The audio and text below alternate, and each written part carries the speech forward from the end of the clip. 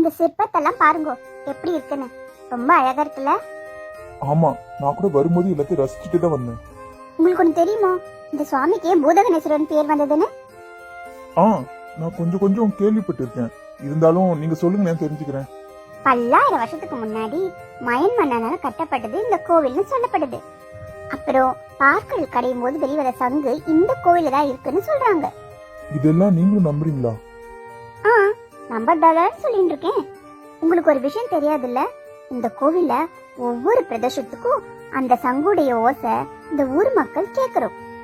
ஆனா அந்த ஓசை எங்கிருந்து வருதுன்னு இது வரைக்கும் யாராலையும் கண்டுபிடிக்க முடியல. அந்த சங்க அபகரிக்கிறதுக்காக எங்க ஊருக்கு நிறைய பேர் வந்திருக்காங்க.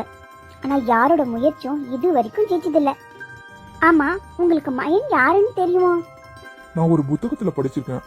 அது ராவனோட மாமனார் பேரு மயன்னு இருந்ததா ஞாபகம். சரியா தப்பான்னு தெரியல. நீங்க சொன்னது சரிதான். ராவனுடைய மாமனார் தான் மயன், அதாவது வண்டார் கோயிலோட அப்பா. இருங்க இருங்க, ராவனுடைய மனைவி பேரு மண்டோரி தானே? நீங்க என்ன வண்டார் கோயில்னு சொல்றீங்க? மண்டோதரி வடதேசத்து சொல். நம்ம சுத்தமான தமிழ் பெயர் வண்டார் கோயிலி தான். ஓ, மயன்தா மகாபாரத்துல பஞ்சபாண்டவர்களுடைய இந்திரபிரதேசத்தை கட்டினாராம். அதே மாதிரி திரிபுரான்னு சொல்லப்படும் 3 பறக்கும் நகரங்களையும் இவர் தான் உருவாக்குனாராம். ஆ, இதெல்லாம் வரும்போதே அந்த ஹெட்மாஸ்டர் சார் சொன்னாரு. என்ன ஹெட்மாஸ்டர் சாரா? அவர் உங்க மாமா தானே? மாமானே சொல்லாமே, என்ன ஹெட்மாஸ்டர் சொல்றீங்க? ஆமா, அவர்தான் என் மாமா தான் சொன்னாரு. அது மட்டும் இல்ல, இன்னொரு விஷயம் சொன்னா நீங்க பயந்துருவேல். அப்படி நான் பயப்படுற மாதிரி என்ன சொல்ல போறீங்க? இது பூதங்கள் வசிக்கிற இடம், அதாவது ஆவிங்க தங்குற கோவில். எனக்கு புரியல. ஆவிகள் தங்கும் இடமா? ஆமாங்க, இது ஆவிகளுக்காக மயனால உருவாக்கப்பட்ட கோவில்.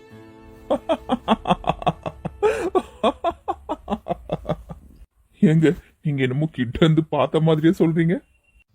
இதெல்லாம் எனக்கு எங்க தாத்தா தான் சொன்னார். நான் சின்ன பிள்ளையா இருக்கும்போது எங்க ஊர்ல யாராச்சும் இறந்துட்டா அவங்க பிள்ளைங்க கிட்டையும் உறவுகள் கிட்டையும் கடைசி நேரத்தை சொல்ல முடியாத விஷயங்களை ஏதாவது இருந்தா அவங்க ஆத்மாவை அழைச்சு பேசுவாங்க. ஆனா இப்போ அதெல்லாம் நடக்கிறது இல்ல. ஏன்? ஏன்னா கொஞ்சம் வருஷத்துக்கு முன்னாடி இதால பெரிய பிரச்சனை வந்துடுது. அது மட்டும் இல்லாம எந்த ஆத்மா கிட்ட பேச வராங்களோ அந்த ஆத்மாவுக்கும் எங்க மயன்புரத்துக்கும் தொடர்பு இருக்கணும். அப்பதான் அந்த ஆத்மாவை வர வச்சு பேச முடியும். சக்தி, ஆ வரேன்பா. வாங்கோ, மணி ஆயிடுச்சு, அப்பா கூப்பிடுறார்.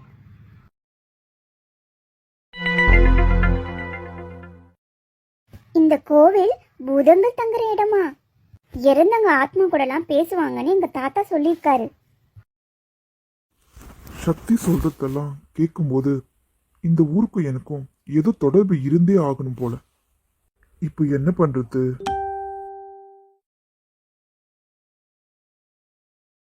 ஹலோ, நீ புகழ், எப்படி இருக்க? ஊருக்கு போய் ரீச் ஆனதுமே ஃபோன் பண்ண, அதுக்கப்புறம் ஒரு ஃபோனே காணோம். அங்க நிலவரம் எல்லாம் நமக்கு சாதகமா தானே இருக்கு. ஹே இரு, ஒவ்வொரு கேள்வியா பொறுமையா கேள்ப்பா. நீ கேட்ட முதல் கேள்விக்கான பதில், இங்க சிக்னல் ப்ராப்ளமா இருக்கு, அதனால தான் ரீச் பண்ண முடியல. நிலைமை சாதகமா தான் இருக்கான்னு கேட்டா என்ன சொல்றதுன்னு தெரியல. ஏண்டா, என்னாச்சு? ஏதாவது பிரச்சனையா? நீ வீட்டுக்குள்ள சேஃபா போயிட்டல்ல, யாருக்கும் மேல சந்தேகம் வரலையே? நான் சொன்ன மாதிரி சொந்தக்காரங்கன்னு சொல்லி தானே ஊருக்குள்ள போனேன். நீ சொன்ன மாதிரியே தான் போனேன்.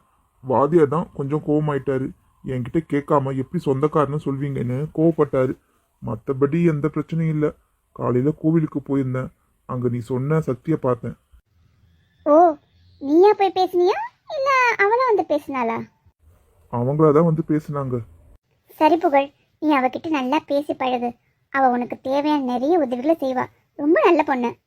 அப்போ அவகிட்ட உண்மையை சொல்லியே ஹெல்ப் கேட்கலாமே. இல்ல புகழ், அவசரப்பட்டு எதையும் சொல்லாத. சமயம் வரும்போது சொல்லிக்கலாம். சரி. பார்த்து ஜாக்கிரதையா இரு புகழ். ஏதாவது பிரச்சனைனா எனக்கு உடனே கால் பண்ணு. உன்னை அங்கே தனியாக அனுப்ப மனசே இல்லை எனக்கு. நீ எதுக்கும் கவலைப்படாத.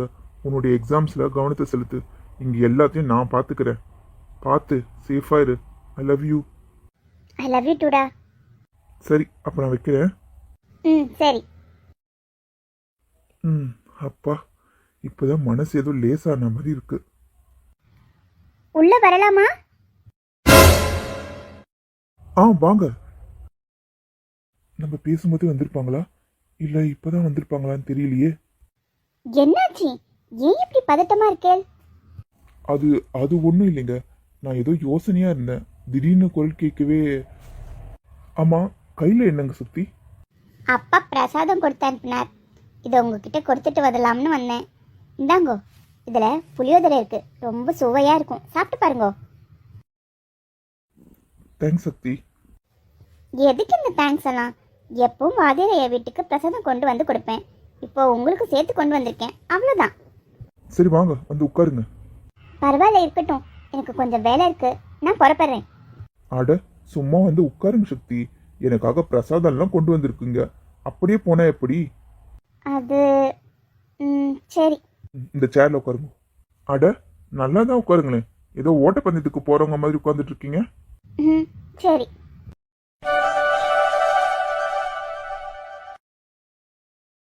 பரவாயில்லையே, பட்டணத்து ஆளா இருந்தாலும் அறைய சுத்தமா தான் வச்சிருக்கேன். இந்த பாராட்டுக்கு சொந்தக்காரன் நான் இல்ல, உங்க சவுந்தரவல்லி அம்மா தான். சரிங்க, எனக்கு நாய் ஆத்து, நான் ஆத்துக்கு போகணும். நிறைய வேலை இருக்கு, நான் புறப்படுறேன். சரிங்க சக்தி. என்னங்க பாத்திரத்தை பாக்குறீங்களா? நான் அப்புறம் கொடுத்து விடுறேன். ஐயோ, அது இல்லைங்க. அது வேற வேற ஏதாவது என்கிட்ட சொல்லணுமா? என்னங்க சக்தி, எதுவா இருந்தாலும் தயங்காம கேளுங்க. என் கூட சேர்ந்து 2 நாளா ஊர் முழுக்க சுத்திட்டு அலைஞ்சிட்டு இருக்கீங்க. எதுவா இருந்தாலும் தயங்காம கேளுங்க. அது அது வந்து என்னை இனிமேல் வாங்க போங்கன்னு கூப்பிடாதீங்க, உரிமையோட சக்தின்னு கூப்பிடுங்க. சரிங்க. அப்படின்னா நீங்களும் என்ன புகழ்னே பேர் சொல்லி கூப்பிடுங்க. ஐயோ, அதெல்லாம் சரி வராது. நான் எப்படி உங்களை பேர் சொல்லி? இதுல என்னங்க இருக்கு? நான் உங்களை பேர் சொல்லி கூப்பிடலையா? அதே மாதிரி நீங்களும் என் பேர் சொல்லி கூப்பிடுங்க. ஆஹா, அதெல்லாம் சரி வராது. நான் எப்பவும் போல உங்களை வாங்க போங்கன்னு கூப்பிடுறேன். சரி சக்தி, உங்களுக்கு எப்படி தோணுதோ அப்படியே கூப்பிடுங்க. சரி, நான் வரேன். என்ன இந்த பொண்ணு ஒரு மாதிரி சிரிச்சிட்டு போகுது? ஒன்னும் சரிப்படலையே. என்னங்க, புகழ் வீட்ல இருந்து போய் 1 வாரம் ஆக போகுது. எங்க போனா, என்ன பண்றான், எதுவுமே தெரியல. நீங்க ஏதாவது ஃபோன் பண்றீங்களா? நான் ஃபோன் பண்ண மட்டும் அவன் என்ன பேசவா போறான்? இருந்தாலும் 2-3 தடவை பண்ணேன். ரிங் போதே தவிர எடுத்து பேசவே மாட்டான். அழாதம்மா, எதுக்கு இப்ப அழற? அழாதம்மா தங்கி, எல்லாம் சரியாயிடும். எனக்கு என்னமோ புகழ் நம்மள புரிஞ்சிருக்காலும் ரொம்ப தூரத்துல இல்லைன்னு தோணுது. நீங்க என்னங்க சொல்றீங்க? அவன் நம்ம கிட்ட பேசலாம் கூட, நம்ம கண்ணு எதிர்க்க இருந்தான் பையன். இப்போ 1 வாரமா ஆளையே காணும். என்ன பண்றானே தெரியல. எனக்கு எதுவுமே புரியல, பயமா இருக்குங்க. நீ கவலைப்படாத, அவன் ஃப்ரெண்ட்ஸுகளோட எங்கேயாவது அவுட்டிங் போயிருப்பான். சீக்கிரமா வந்துருவான். பெரியமா, நீங்க தான் அண்ணனுக்கு புரிய வைக்கணும். அப்பா மேலேயும் அம்மா மேலேயும் எந்த தப்பும் இல்லைன்னு அண்ணனை எங்களோட சேர்த்து வைக்கணும். எனக்கு ஏதாவது கஷ்டம்னா முதல் ஆளா வந்து நிக்கிறது அண்ணன். இது வரைக்கும் என்கிட்ட 1 வார்த்தை கூட பேசினதில்லை. அதை நினைக்கும் போது எனக்கு மனசு ரொம்பவே கஷ்டமா இருக்கு. சீக்கிரமா அண்ணனை எங்களோட சேர்த்து வைங்க பெரியமா.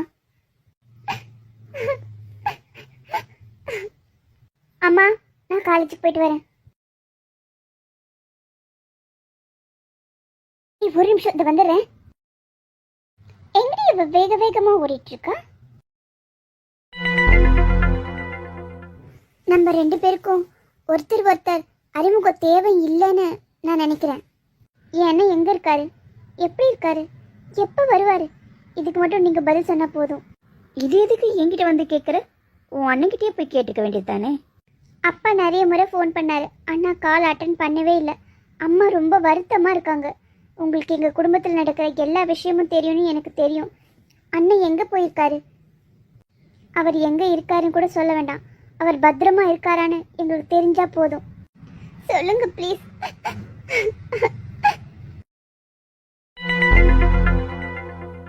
இது காலேஜ் மகிஷா, கண்ணத்தோட யாராவது பார்த்தா என்ன நினைப்பாங்க? யார் என்ன நினைச்சா எனக்கு? என்னுடைய அண்ணன் பத்திரமா இருக்காருன்னு தெரிஞ்சா போதும். அவர் எங்களை புரிஞ்சுக்கிட்டு எங்களோட ஒன்று சேர்ந்தா அது போதும் எனக்கு. இங்க பாரு மகிஷா, இப்போ என்னால் எதையும் சொல்ல முடியாது. ஆனால் புகழ் பத்திரமா தான் இருக்காரு. சீக்கிரமா உங்களை புரிஞ்சுக்கிட்டு வீட்டுக்கு வந்துடுவாரு. உங்க அம்மா அப்பாவை தைரியமா இருக்க சொல்லு. என்ன நல்லபடியாக நடக்குதுன்னு நம்புவோம்.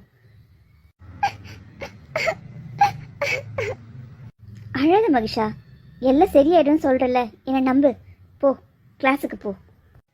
உங்களை நம்பிதான் இருக்கேன், நான் வரேன்.